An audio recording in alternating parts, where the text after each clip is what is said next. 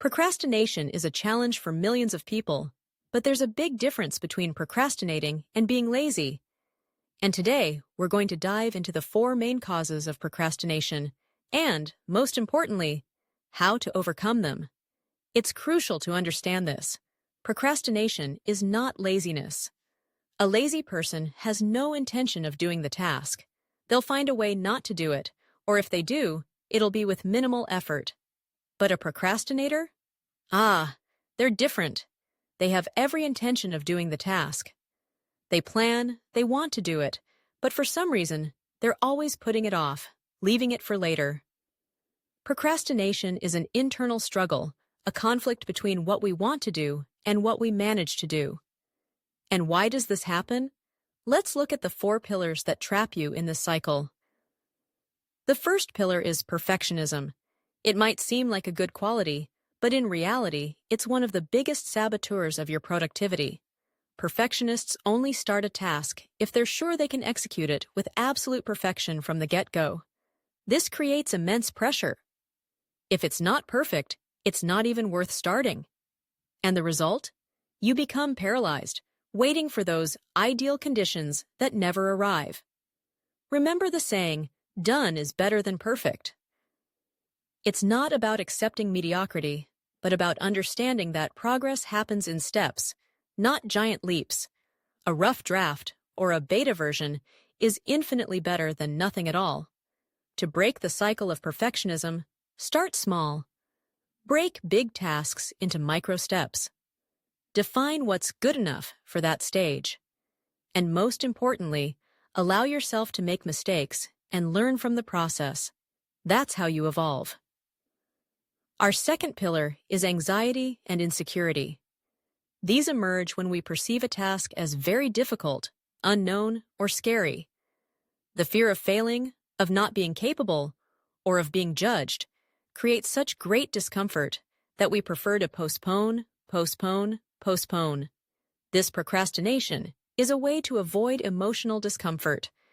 Thoughts like, I can't do this. This is too complicated for me, or I'll mess everything up, dominate our minds, leading to inaction. But here's a secret. Often, these fears are unfounded or exaggerated. What seems like a monster before you start often turns into a kitten when you actually commit to it. To combat anxiety and insecurity, you need to challenge these thoughts. Ask yourself, what truly makes this task difficult? If it's a lack of knowledge, seek help or tutorials. Start with the least intimidating part of the task to build confidence, and most importantly, believe in your ability to learn and try. The third pillar is tiredness and overwhelm. This one's a classic, right? When you're exhausted, with a mountain of tasks and no time to recharge, procrastination appears as an almost physiological response to stress and fatigue. In these cases, postponing isn't a conscious choice, but a cry from your body and mind saying, I need a break. Ignoring the signs of tiredness is a recipe for disaster. It leads you into a downward spiral of productivity and well-being. The temptation to put things off becomes irresistible because you simply don't have the energy to start anymore. The solution here is clear. Don't try to do everything.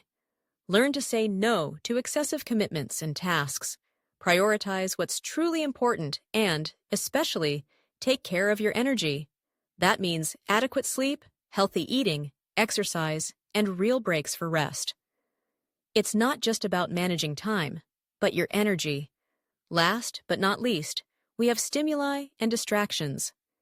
In the digital age, this has become a battleground. Your phone, social media, notifications, emails, everything competes for our attention and diverts us from the main focus. The easy access to these distractions makes procrastination a quick and pleasurable escape from responsibility. It's much easier to scroll through Instagram than to face that boring spreadsheet, right? But every time you get distracted, your brain pays a context-switching cost. It needs time and effort to regain focus, decreasing your efficiency and extending the time it takes to complete the task. To combat this, you need to be proactive. Create a focused work environment. Minimize noise, turn off notifications, Use apps that block specific distracting websites or apps. Try the Pomodoro technique. Work in focused time blocks, e.g., 25 minutes, followed by short breaks. Communicate your availability so you won't be interrupted. Your attention is a valuable resource. Protect it. Understanding the pillars of procrastination is the first and most powerful step to overcoming it. It's not about being lazy, but about understanding what paralyzes you. Whether it's the fear of perfectionism, anxiety, tiredness, or endless distractions, the journey to beat procrastination is one of self-awareness and practice. Choose one of the pillars that affects you most and start applying the strategies today. Which of these pillars stops you from taking action the most? Tell me in the comments. I want to know your biggest challenge and how you're going to start overcoming it. If you liked this video, don't forget to give it a thumbs up, subscribe to the channel for more productivity tips, and share it with your friends who are also fighting this battle against procrastination. See you next time.